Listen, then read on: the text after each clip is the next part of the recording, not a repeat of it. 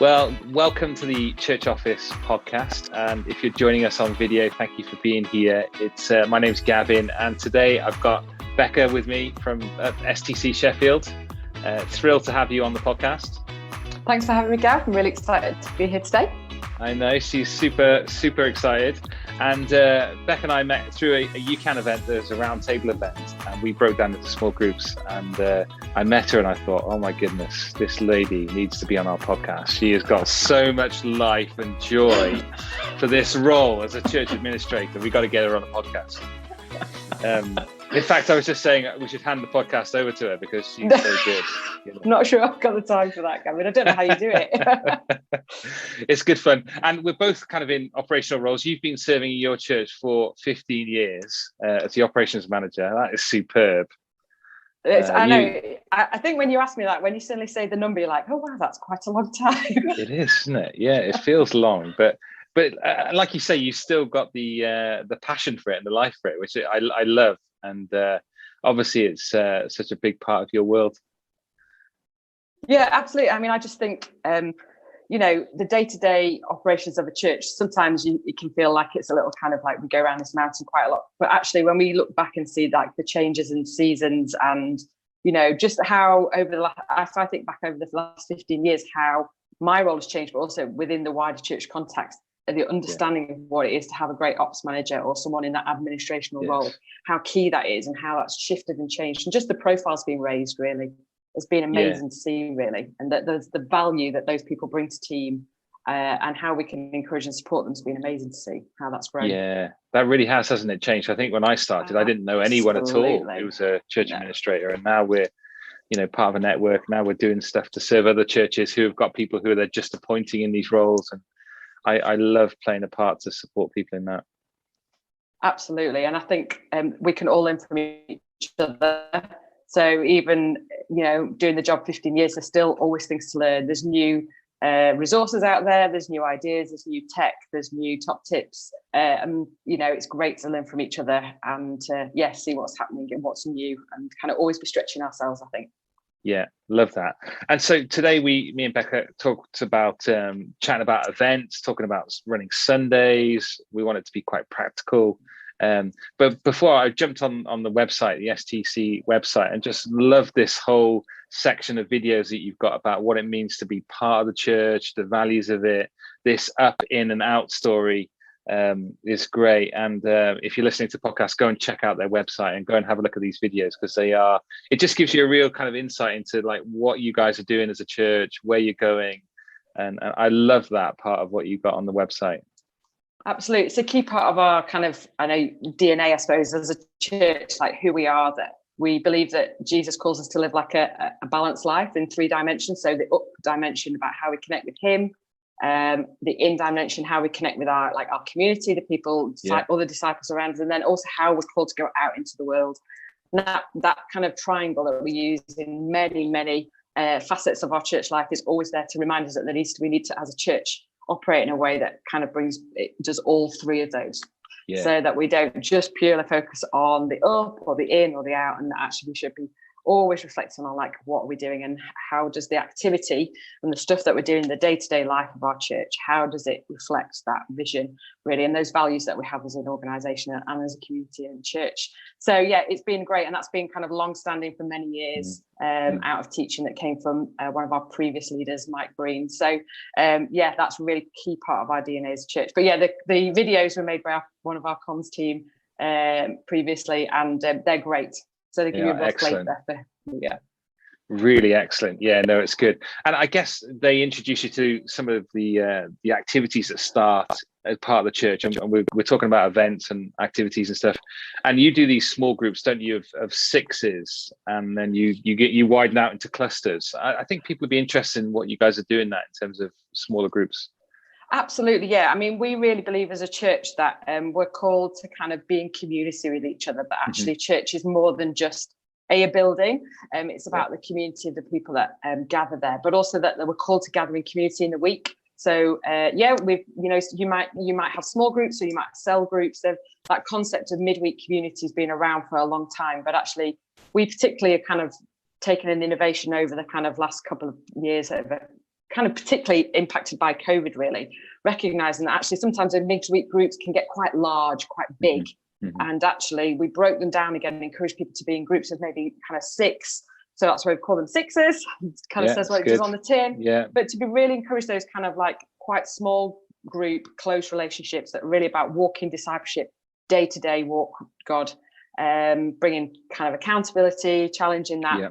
But then those sixes are able to gather together as clusters and to do more missional work. So recognizing that kind of in your small groups, sometimes the energy that's needed to kind of do those more missional things might wane a little over time. If there's only 6 of you and someone's not very well and someone needs to kind of put the bin out. So, so actually gathering with others who have a similar vision. So it might be that sixes who have all got a vision for a certain area of the city would gather together as a cluster, or maybe it's about a people group, like for instance, lots of people who've got young families may join together, and how can they do mission, reach out to others who are in a similar life stage to them.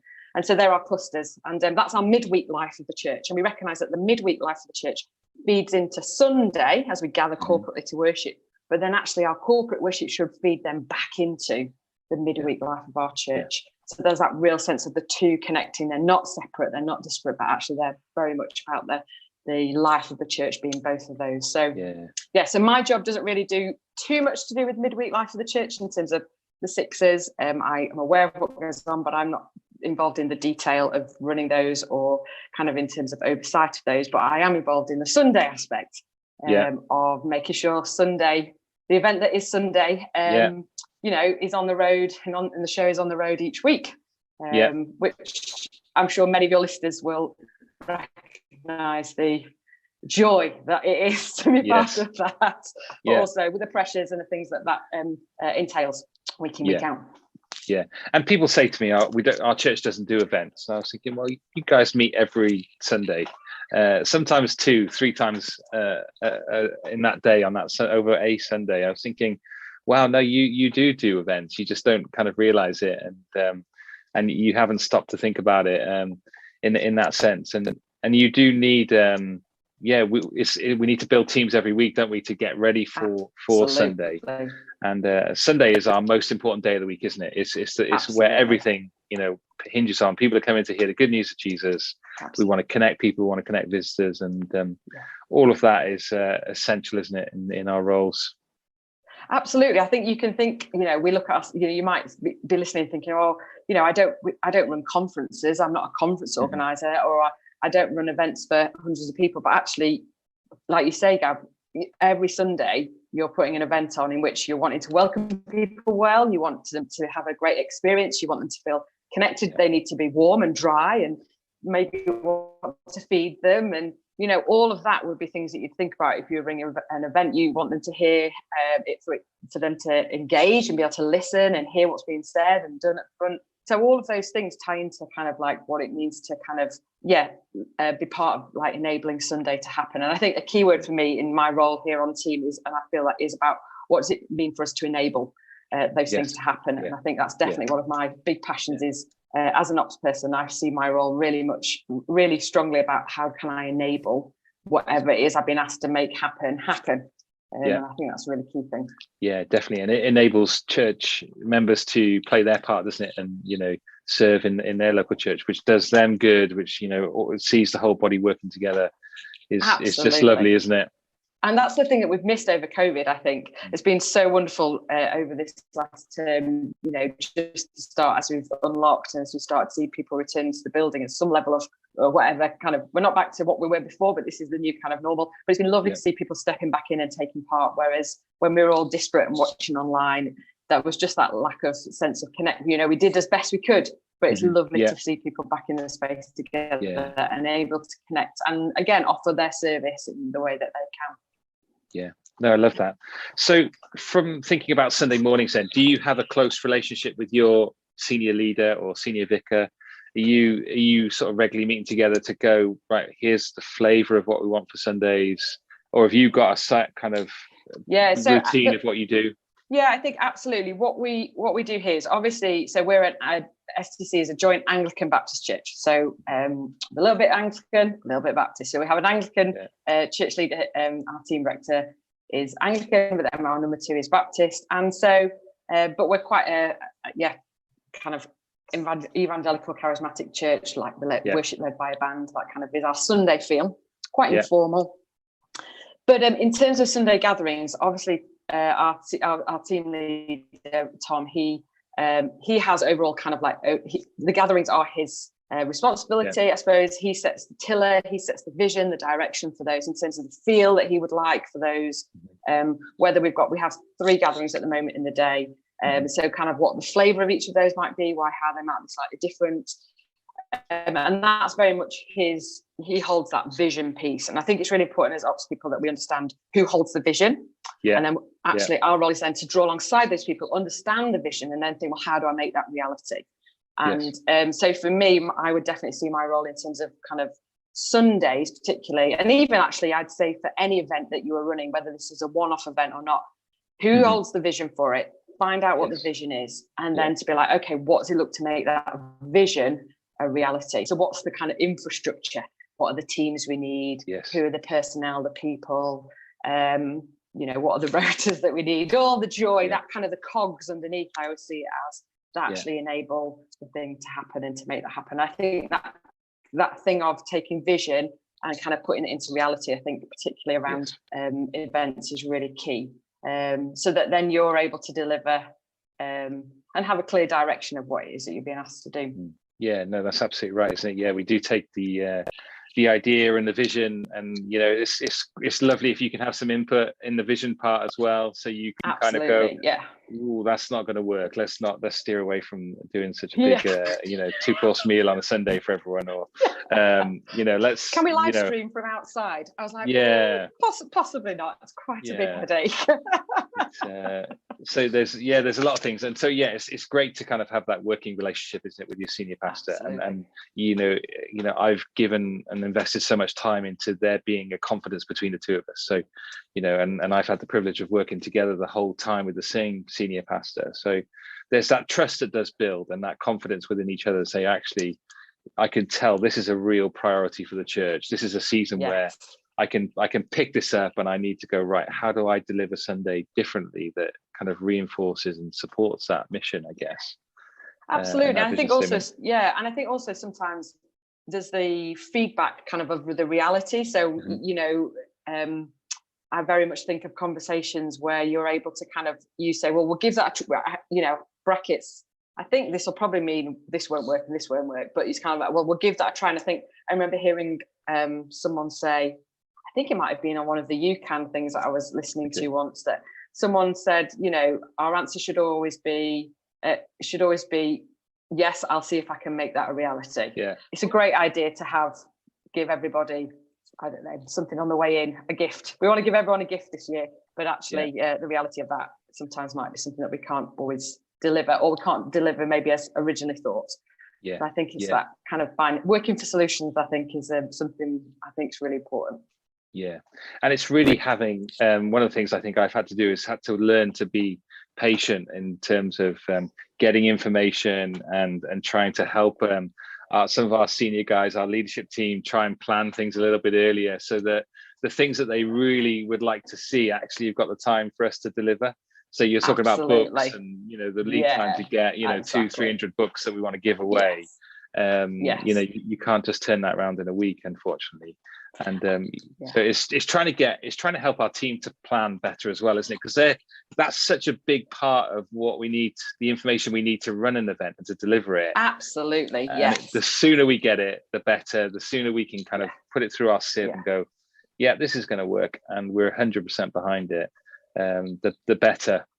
Absolutely. I think for any event, whether that's Sunday or something that's a one-off, I think give yourself more time than you think you need to start those planning discussions, a month, 2 months, whatever, before you originally think, just give yourself that extra leading time, because you can guarantee at the back end of it, just before you get to delivery, you'll need the time then. Because it always seems to be plenty, then suddenly you're like, delivery's really close now. We're up against it. Having that extra time, give yourself time, I would definitely say, is always a key thing for me. I always think, I'd probably think that would be my personal deadline, but actually I'm going to give yourself another couple of weeks on that, because then it just enables you to kind of either, fit a meeting in that you might need to fit in, and just gives you that extra wriggle room. So I think it's really important.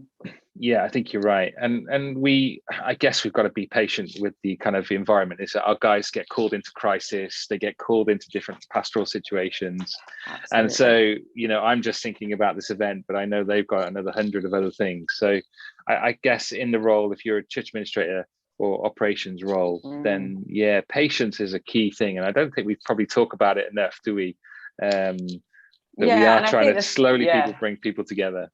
Absolutely. And I think we have to recognize, like, we all have our strengths and gifts, and understanding our role within the team, but also having really honest conversations. So actually, again, when you ask me to do X, it will require this of me. I think it's really important. So an understanding that when they ask you to deliver something, or can we quickly do that, actually the reality of how much time sometimes things take behind the scenes. Because I think unless you've been involved in the kind of administrational side of things, it's sometimes not always clear how actually what is required to make something reality, even if it's literally, you know, making it whatever that might be. And so I think there's something in there about being having that opportunity to be able to be clear and give good feedback. But also I think, and again, that just comes from having clear and good relationships in terms of senior leadership, and then in terms of ops and administration. I think it's really important. And just so there's a sense of being able to be listened to and be heard, and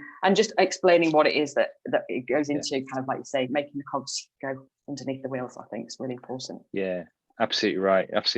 I love one of the things that we've done typically is that I've been able to go away with our pastoral team at the kind of every new year. We go away as a team, we're planning and thinking, and a lot of the focus is ministry, but being able to kind of sit there and hear their hearts, work out the budgets, look at how the budget fits into the kind of the vision of what they want to do this year or the next few years. All these little things that go on in the background, even before we've got to the event, we haven't even got to the practical things yet. Absolutely, yeah. All this foundational stuff just needs to be built, doesn't it? And invested in constantly and ongoing. I think that's a real priority. Yeah, absolutely. And I think there's something about and I think this goes to kind of, I suppose this speaks to slightly wider about, but I think an understanding in teams that we work on in the church, sometimes we can get quite focused, like I just do administration and I'm the youth worker and I'm the children's worker, but actually to see that we're all interconnected. So having that big picture is so important to see what is happening in, like, kind of, sometimes for me, you know, people are involved often in ops and admin. We often, you know, by nature of the job, we're detail people, and so sometimes we can be drawn into the detail, and actually I think it's really important, and I am definitely testament to the fact that it's my natural propensity is to be drawn into the detail, but actually I'm also always challenged that every so often it's really important to lift our head up and see that big picture again. And I think, like you said there, Gavin, having the opportunity to refocus on where are we going, what's the bigger picture, is really important, because sometimes if you're just drawn in looking down all the time just at the thing in front of you, we forget what's happening around us. And you know, on church staff teams, we are part of the bigger thing, and it's helpful then that we understand what's happening in the other parts of the church team and the ministry and the life of the church, if we're to fully kind of, you know, work out what's key priorities for us, what's key for going forward. All those things are really important. So little, I suppose not necessarily about events, but I think it's key in thinking about like how we work as teams. It is. It really is important. And just to add on to that, what you're saying there, which is great, is that an awareness of what other ministries are doing, who's involved in those ministries. It's easy. There's a group of core members, isn't there, that is almost you'd have them serve in every event in every ministry, wouldn't you? And we've got to protect people from burning out and just getting overwhelmed.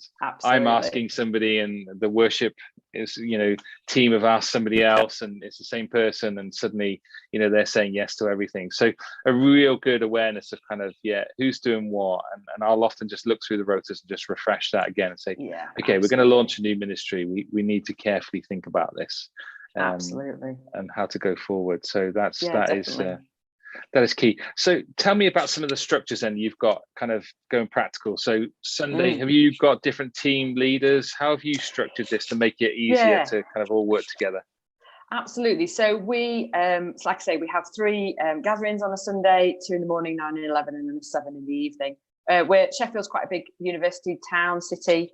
And so we have quite a lot of university students around where we are. So we run our evening gathering that's kind of a little bit more focused on younger youth students, young people. But yeah, so we run 3 gatherings across the day. And I think the key thing for us has always been that actually that we need to raising up team leaders to take a lead in terms of the different aspects that are needed to be delivered. And then having someone who has general oversight of all of that, which would fall under my remit, but kind of me raising other people to see that. So it doesn't necessarily mean that I have to be there all the time. And I think I've heard said, the aim would always be to train yourself out of a job. So so for us, that's key. So we have a team leader who oversees our welcome, like our welcome teams, people who are really great at welcoming people and connecting with new people. There's people who just seem to be able to spot the newbies who turned up on a Sunday. It's really important. So we have a couple of team leaders, and again, they're volunteers, but raising up who are those people. And I think the key thing for me in that aspect, particularly when you're raising up volunteers, is just have a really clear, simple, not loads of paper, but really clear, kind of bit of like a simple job description, like what's it mean to be a team leader of the welcome team, really helpful. So they've got clear of what the expectations are on them, and also they kind of understand their role. Then we have hospitality. So we've been doing that since we've come back, mainly outside at the moment, but hospitality team. And again, that's way more practical. So who are the people who can deliver that and do that really well? And then we have obviously our production worship teams on Sunday. And then obviously we also run our kids work in the morning, so oversight of our kids team as well. Particularly at the moment, we're seeing quite a new families, people coming and joining us and just checking us out. Maybe they checked us out online over lockdown and they're joining us. So making sure we definitely have someone who can welcome families really well, especially when you're trying to settle kids in and that kind of thing. So that's been really good. And having team leaders for those teams is really important. And then my role, we kind of call it on a Sunday, we have somebody who kind of is on duty, works on a Sunday in terms of at the back of kind of running what we would call the back of house. We call them the point person, but it could be the Sunday person, Sunday coordinator, something like that. And their role isn't to kind of make all of that happen. They just liaise with the team leaders. So the key thing for us has been releasing those team leaders to kind of take responsibility for their team. So whether that's making sure the production's all sorted, the worship team, that they're all there, they've had a sound check, those types of things, or whether it's that we've got the welcome team and the coffee's on, but releasing those people to do that, but always having someone who oversees and checks in, because you can to kind of catch for when something doesn't quite fit or something doesn't quite happen. And I think that for me, and I think I'd probably look to do that in any type of event that was running, I would always have somebody who's not involved in the kind of on the ground delivery, but they're there as that kind of oversight role. So they're checking in with their team leaders, and then they can fix if there's an unforeseen problem. So that would be the kind of point, that key role really, so for whatever, the heating's not come on, or so, whatever it might be. And we would have that, so they can then kind of step away. They're not leaving a hole then when they step out. I think that's why it's really key to have team leaders who oversee the smaller teams, because then they can keep working, keep focused, and they're not drawing their attention away to kind of fix something else. So I think that for me is how we kind of have taken a view of running that kind of back of house, description for Sundays really. And I think key thing is raising up, releasing team. It was really interesting to listen to that. Obviously we met on the UCAN that was about volunteers, and I listened to your podcast chat with Penny as well. And I think obviously that's a massive challenge for us at the moment in terms of volunteers. But I think if we could give people real clarity about what we're calling them to, again, vision is so important. So I think that's where we're able to kind of see people be called to a vision of, do you love, even if it's like, do you love packing down the gazebos that are outside that we have the coffee stuff under at the moment? Do you know what? For some people, you might not feel like you're gifted in welcoming new people, but you're great at packing down gazebos. Do you know what? There's a place for we need people like that. We need you. We really need you. We do. So we do. So I think and then my other observation has been then doing a great review of that as well. So constantly asking that question: is this working? Could we do this better? Is key.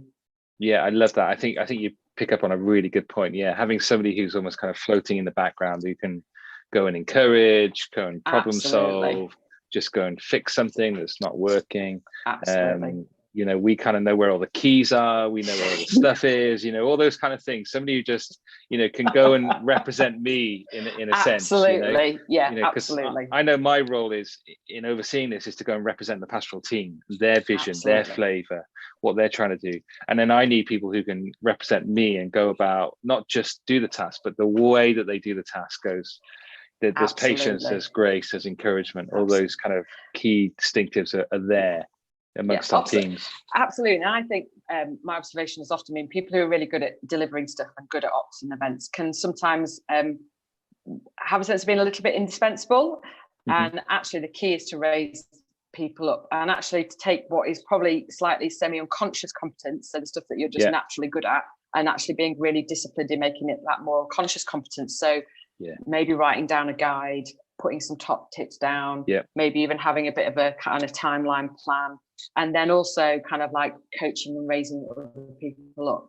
So and if you are kind of around to help someone who you're raising up, not constantly stepping in, but allowing them to try and find the problem, fix the problem themselves, or allowing them to do it in their way, recognizing that there's some parameters, as in there are certain jobs that need to be done, but actually enabling them to do it in a way that is their way of doing it, but still gives you the same outcome, I think is really important too when raising people up, especially I think in ops roles, because otherwise you can look at someone who's really gifted and really good and be like, well, I can't do that because I'm not as good as Gav, because Gav's done it for 17 years and I can't be as good as that. But actually a recognition that someone gave you the opportunity once. That's right. And so, Yeah, that's right. Everyone started on, everyone starts on the ladder somewhere, don't they? Whether they've been doing longer or they've been doing shorter. And definitely investing into that, into people is absolutely key.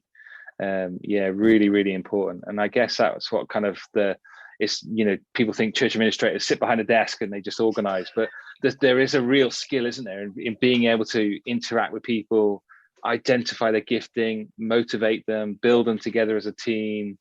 All these things are going on as we deliver Sunday, as we deliver, individual events. Yes, absolutely. And I think it's recognizing, I could run around like headless chicken trying to do it all, but actually that doesn't bless anyone, certainly not me, but also it doesn't actually, if I'm taken, especially at the moment, we have to be so conscious, anyone could be taken out at any time. If you get I've got kids, if one of my kids gets COVID from school, do you know what I mean? It's kind of like, and so actually it's more than ever, it's so important to ensure that you're not the linchpin that it all hangs on. Because if you're unable to do that and deliver, then actually you're doing the whole organization a disservice in that way. And I think that's a real challenge. It's a massive challenge to people who are really good at delivering stuff from an organizational point of view, that actually our natural propensities, it's often just easier to do it yourself. And the challenge is to actually know the better thing to do is to raise someone up to do that. It might take longer and require a little more of you, but actually in the long term, that's key. And I think for me, that's a constant challenge, because it is sometimes just easy to sort it yourself, but actually always a constant challenge to be reminded of that we need to be thinking of that. And I think, like you say, more so now than ever. Yeah, no, it's good. That gets to the heart, doesn't it, of why we do what we do. And absolutely, it's great to kind of feel like the savior, isn't it, of kind of organization in my church. But actually, I really need to get myself out of the way and give it to other people to run with and encourage. I mean, one of the things that I've got in the habit of doing with our volunteers, and I guess it's kind of like one of the things I'm passionate about, is helping people connect what they do practically to the gospel. So I learned a lesson when I first started in Christchurch. We had a caretaker, and he would take forever to lay out the chairs. It was almost like it was quicker to dive in myself and go and sort it out. And I remember sitting down with him a coffee and doing a bit of a review with him. It's like, why does it take you so long on a Thursday or Friday to lay the chairs out? And he then explained to me that as he lays out the chair, he'd be praying for everyone who'd be sat in them on a Sunday. And I was like, oh, wow. And you were like, okay. Oh, I feel so shallow now. This guy is so much more spiritual, and he actually gets why we're doing it in the background to serve the gospel and people that are coming. And you think, wow, okay, I'm supposed to be a church administrator, but leading this. And once I picked myself up off the floor, I said, yes. Do you know what? You are absolutely right. Take the time to do the chairs that way, because that serves the church. And so, people, don't naturally think like that, do they? Someone goes, I'm just putting a rota together. But actually, you are building ministry. You are building the family. You are, effectively enabling the gospel to go out. That changes people's lives. And you've got to make that connection to the part that you played, however small you might think it is. It's a part that makes things work. Absolutely. And I think there are so many, stories that we can hear where you think, oh, I just make the coffee. But actually to be given a great coffee, just a smile, a friendly face. So we don't know what someone's walking in with on a Sunday, and we don't know what the Lord's doing in their lives. And so I think that's so key. So, like you say, it may just be putting the chairs out. It may just, so in your head, it may be that just feels like a small cog in the big, I'm not at the front. I don't pray, but actually, it really is key, and it's helping people see what their small contribution, what their offering brings. And actually it's that helpful thing to remember that all of what we do is an offering of worship. I have been part of leading. I'm a worship leader as well. You are. I saw that on the website. I was living there. STC for a long time. Yeah. So I've been part of that ministry, and for me, that is such a key part of that. Really, just has always helped me see that my role and my job here as ops manager is absolutely worship to the Lord, because actually it's about who we do this for.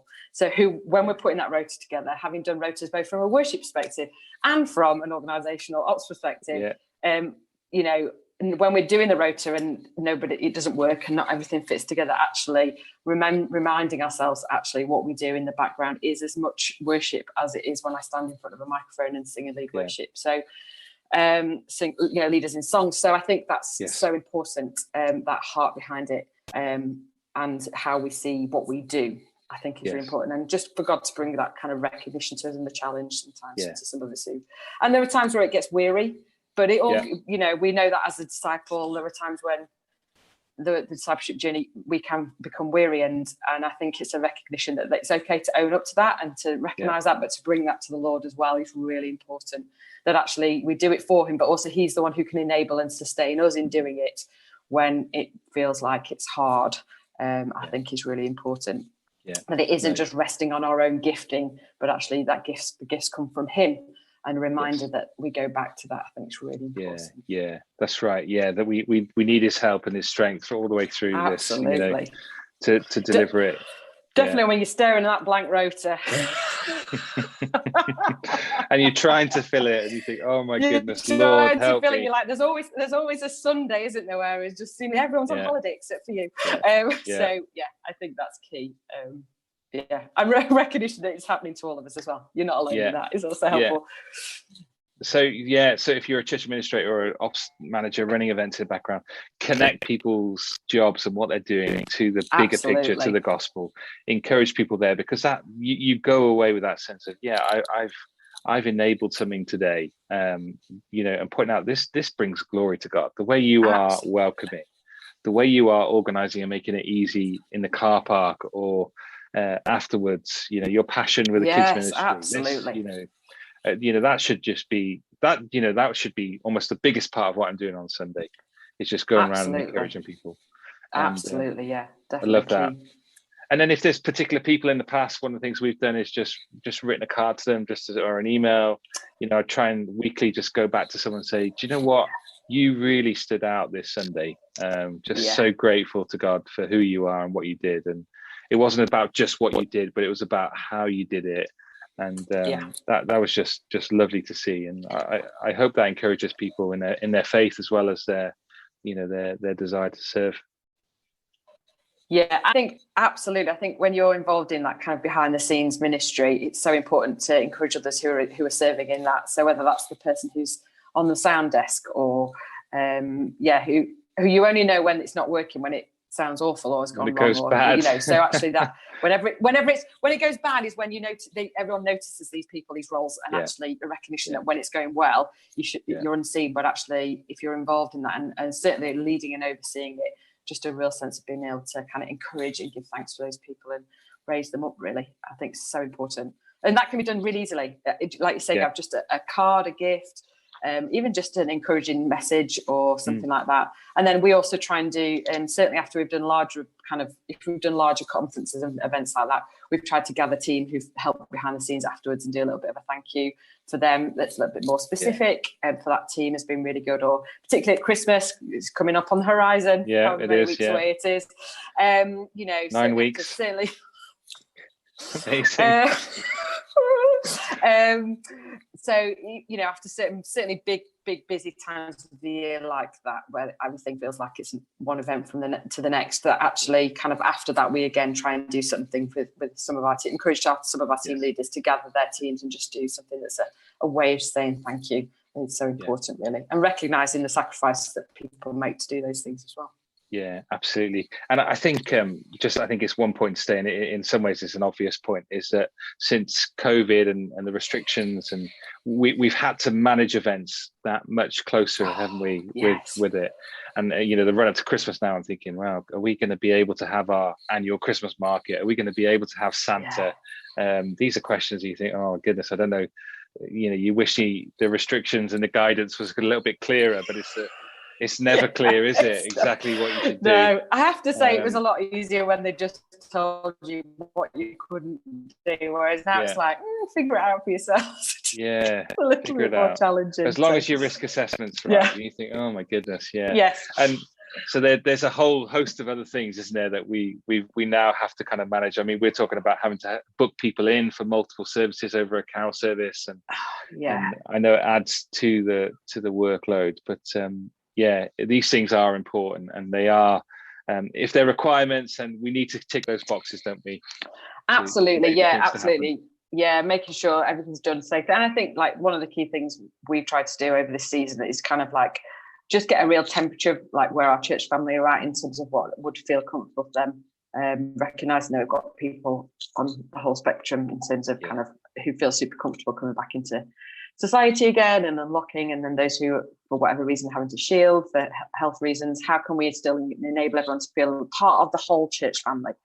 Is really key. But the practical side of that in terms of like the outworking of that, and definitely for me, I've certainly found like pre-COVID there were probably a lot of events that happened like in ministries and stuff like that kind of just the guys just got on and did, but now they're coming back to me like, are we okay to do this with COVID? You're like, okay, getting drawn a little bit here, but actually recognizing that just because someone's asking your advice doesn't mean they're saying you're now responsible for it. So I think that's been a key thing that we've had learning of over this kind of, certainly since COVID and the unlocking, is that I'm definitely here for advice, definitely here to kind of help people stay within our risk assessments and our guidance, but actually I'm just here for advice, and they're kind of still the person who's out working. That really is really key. So that's been key. But I think definitely.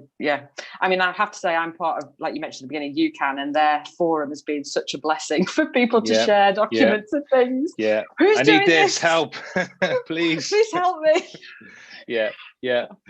So finding people you can share resources with has been really helpful. And I know, Gav, you've done stuff as well on your website, which has been really helpful. Resources have been really helpful. So I think sharing best practice is really important as well, and learning from others is really helpful. We don't have to have all the answers.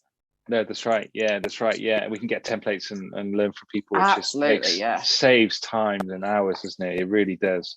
And part of my passion for the church office is to help those in smaller churches where there's just a pastor. They don't have somebody in a role. I just can't imagine what it's like if you've got a church of 100 or 50 and you don't have any support, and you're doing this and ministering.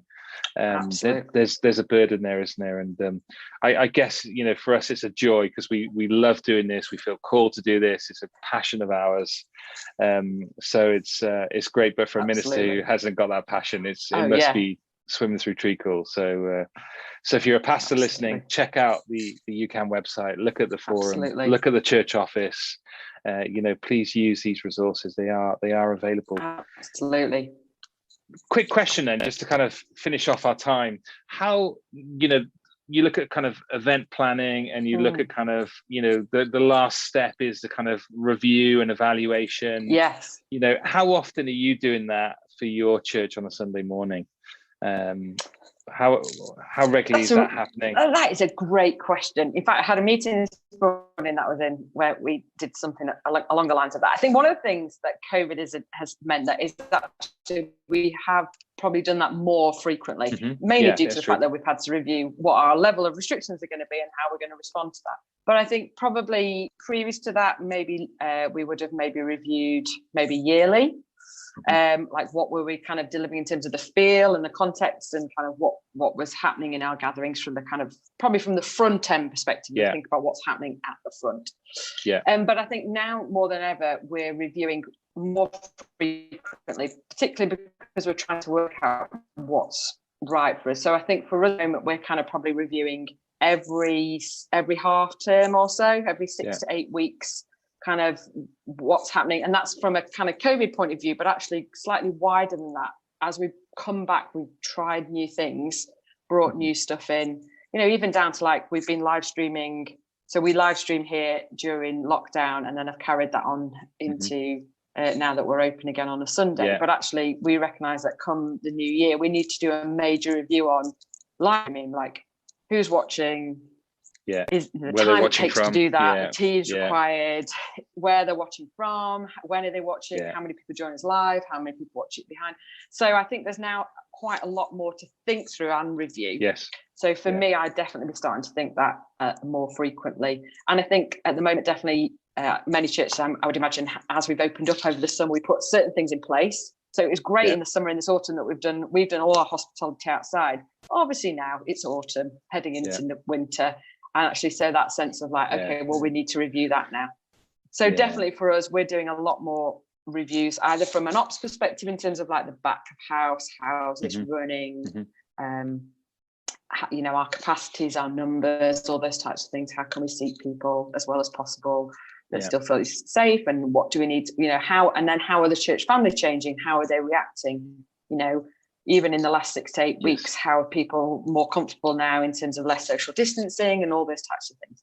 So I think we are definitely reviewing more frequently at the moment. I think, and I think part of that is to do with how we're responding to the changes in culture and society about the restrictions and COVID. And then I think from a wider perspective of that, I do think it's important that we do keep reviewing kind of as we gather on a Sunday what it is that we're doing, and the vision and what we feel like God's calling us to as a church family, whatever your church's vision is for the year to go ahead of you, where that's going. Are we, is how we're running Sunday, is it working for people? Are we able to deliver it as well? I think it's a really key one. Like, so in terms of volunteer levels, is this sustainable is a really key question at the moment for us. It is. And then therefore, do we have to make changes because it's unsustainable for the team that we have? So I think for us at the moment, we're definitely doing review more frequently. But I think probably I would hope that would, as we head into 2022, and hopefully there'll be less kind of imposed changes, shall we say. I think we'd probably be looking to kind of do that probably more kind of termly, kind of reviewing where we're going, both from a front of house perspective in terms of like what's happening at the front, what's the kind of gathering feels, but also then from a back of house, like, how sustainable is this at the moment in terms of team and that kind of thing is really, really key. Because I think we can do certain amounts for a certain period of time, but actually in terms of like what we ask of team, there has to be a point where we kind of review and say this isn't sustainable long term. So and make changes or find solutions. So which I think is really important. Yeah, it's good. And I think it's installing in our teams, isn't it? Our team leaders that we want you guys to think about how to do it differently, how to think it better. We want to create that culture where, we want you to follow up with your team. What's working, what's not, what resources, what investment do the toddlers need? What investment does the teen coffee team, the hospitality team need? So we often send information one way, but it's trying to create ways that we can get information flow back, isn't it, from people? And absolutely.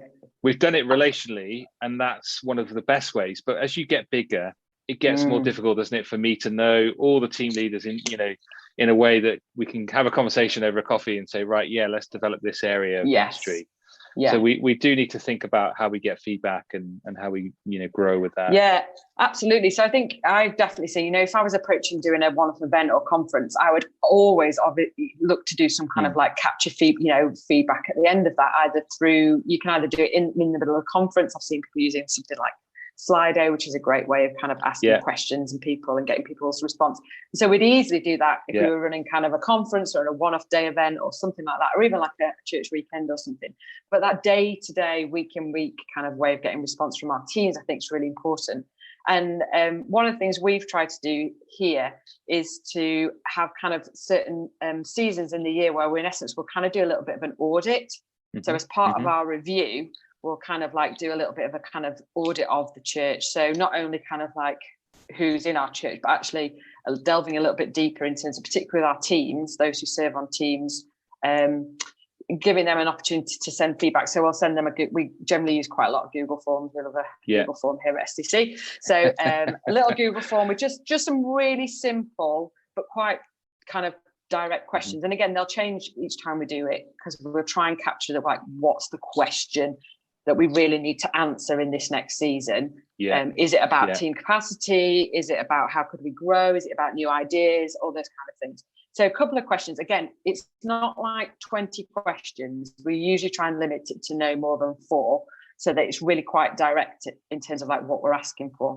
But then to use that as a way of getting team feedback from team alongside speaking to team leaders. But I think there's something about the person on the ground being able to give their direct feedback and know that it's all going to be looked at and reviewed. Can't guarantee I'll act on it all, but always to say, like, we value hearing from you as someone who serves as part of the team is really important. And like I say, that's been for us. So we kind of do a little bit of we have like a bit of a couple of seasons in the year, where we do a bit of what we would call a church audit, and part of that is hearing back from our team who serve, which has been really helpful.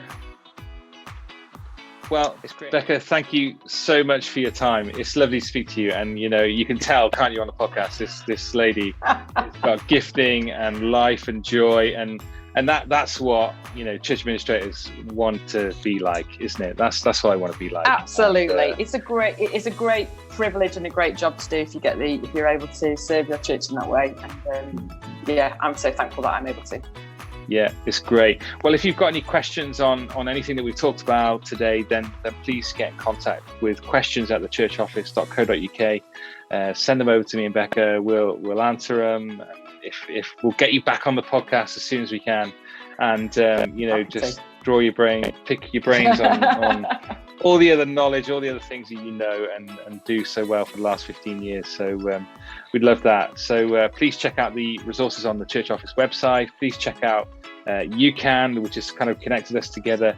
That peer-to-peer support is available. So don't be on your own is the message if you can. Don't be on your own. Don't do this on your own. And do it with others. And we would love to hear from you. All right. Thank you very much for your time. Speak to you soon. Take care. Bye.